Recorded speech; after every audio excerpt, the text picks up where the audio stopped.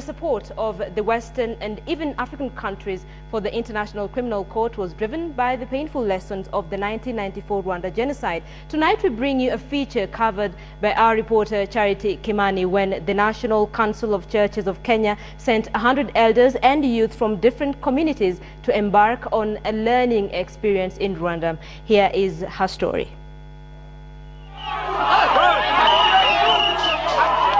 Kenya's 2007 election violence was perhaps one of the worst events witnessed in the country. What was supposed to be the climax of campaigns by both President Kibaki's party of National Union and Raila Odinga's ODM in a victory for either one descended into intense violence. The destiny of this country is in the hands. History shall judge them very harshly. And at the end of it, over 1,000 people were dead, and 250,000 Kenyans displaced. But that narrative pales in comparison to the 1994 Rwanda genocide that wiped out almost half of Rwanda's population. And the National Council of Churches of Kenya is keen to ensure the lesson from Rwanda is not lost on Kenya.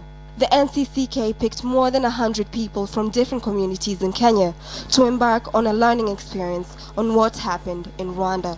Viongozi wakauliza, kuna namna wanaweza kuletwa Rwanda, waweza kujionea na kupata experience ya yale ambayo ilitendeka hapa, ndio katika kazi yao ya kuchangia amani, wawe na maarifa zaidi. The genocide was sparked by the death of the Rwandan president, Juvenal Habyarimana, a Hutu.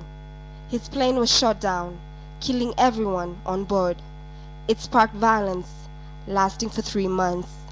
But the prelude to Africa's worst single conflict was a barrage of negative ethnicity, spread on hate radio stations and newspapers, and the arming of young men to carry out what one general called the second apocalypse. It was brutal, inhuman.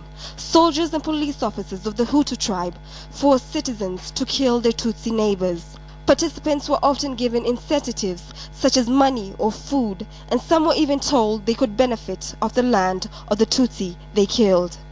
The Kigali Genocide Center tells a story of who the Rwandan people were before the violence sparked.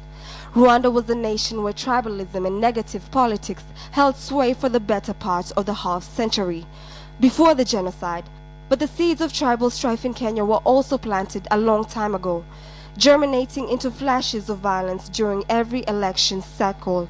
From the church in Bugesera, where 5,000 people were killed in the church ambushed by Tutsi warriors.